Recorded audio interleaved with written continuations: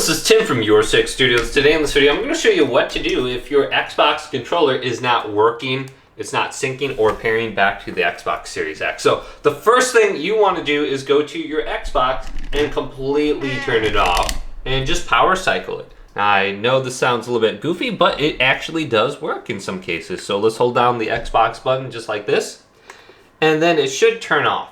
And we want to unplug this from the wall outlet and leave it unplugged for about 30 seconds so we know it's completely turned off. Otherwise, it's going to be in like sleep mode or something like that.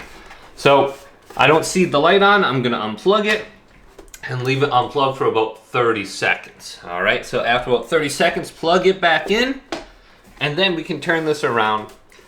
Now let's turn on our Xbox. So we could try just pressing the Xbox button on the controller and seeing if that works. Otherwise, we can try plugging it in and see if that works, and then press the Xbox button. So let's do that now. So my controller should be connected. Let's press the Xbox button, and it should turn on my Xbox as well. So that method might work for you.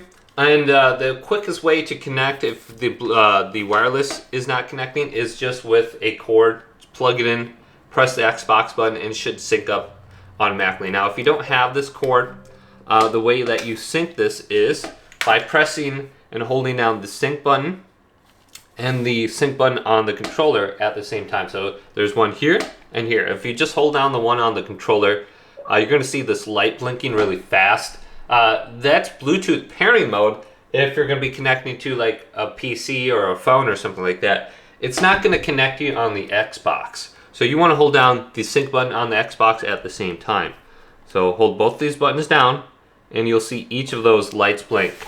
And these two lights should sync up with each other now, and they should be solid. So just hold it down. Now, if your Xbox controller isn't working, you could try just resetting it real quick too. Just hold down the Xbox button, and this will turn it off, and then just turn it on. So you can see it's completely turned off. Now, if you got the version with the batteries, just take out the batteries. That would be a little bit easier. And then we can turn this on. And now we can press both these buttons at the same time. And you can see they're blinking, and they should sync up now. So hopefully this video did indeed help you out. If it did, leave a big thumbs up and subscribe to my channel down below.